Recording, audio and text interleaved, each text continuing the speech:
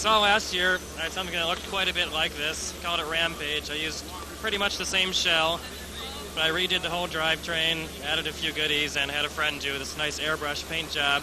Things I'm most pleased about are these hinges I've got going all the way around the side, these rusted hinges. Should prevent people from getting a claw, a wedge, whatnot underneath there. Should be good defense against wedges and anybody who's tried to lift, scoop, or otherwise get me off the ground. But if they do get me off the ground, it's not a problem because I have fully independent suspension. If I get lifted up, as you can see, the drivetrain stays right on the ground. So if somebody comes by with a forklift or a scoop, gets me, I still have complete traction.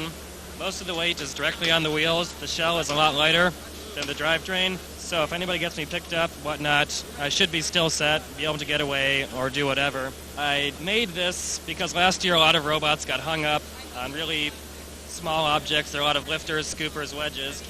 So this was an anti-pinning device, a defense against that. Then they changed the rules and said pinning doesn't count anyway. So it's sort of a moot point, but I still like it. It looks good. Other thing I added just in the last couple weeks, just for fun, I went ahead and changed the arm such that I could raise it up high. Got some chainsaw chains, put a flail on. I don't know if safety guys are going to like this, but this is what it does.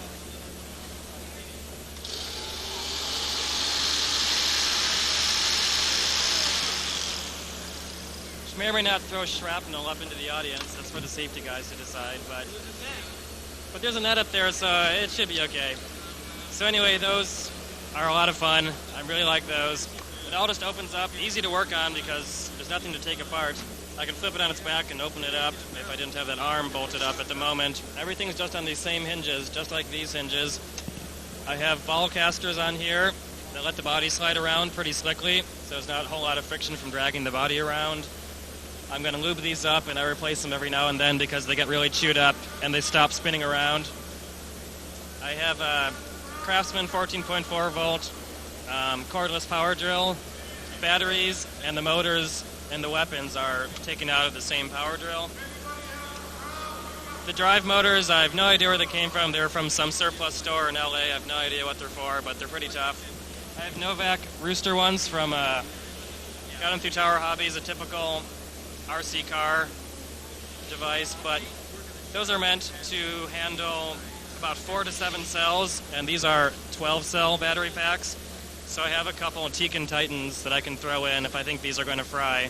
They get terribly hot, so I put in the computer cooling fan on top to suck a lot of air out, hopefully to keep it cool. My really only weakness is battery life. I get right around just about 5 minutes before it starts to poop out. Apart from wires coming out, I think battery life is my main concern. Otherwise, I'm pretty confident. What does he weigh? Just under 25, about 24 and a half. The body is all aluminum. I'm from UC Santa Barbara, and we had the shop supervisor do the welding on the body. I did a lot of metal bending in sheet metal bending machines. It's got a whole lot of these hinges.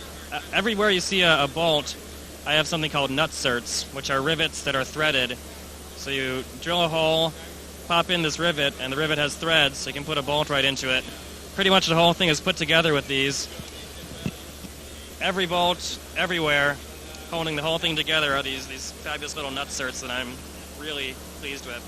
It saves you the hassle of putting a nut on one side and a bolt on the other side and trying to get access to both sides to fasten things. This way I can just unscrew from one side, and it's very easy, very quick to get things apart and back together. Good friend, a graduate student, Tom Dragnis. It was his third thing he'd ever airbrushed. He was just teaching himself to airbrush, and I thought it was going to come out a lot worse. I'm very happy with it. Well, good luck. Thank you for letting me talk to you. Yeah. Thank you, Jason.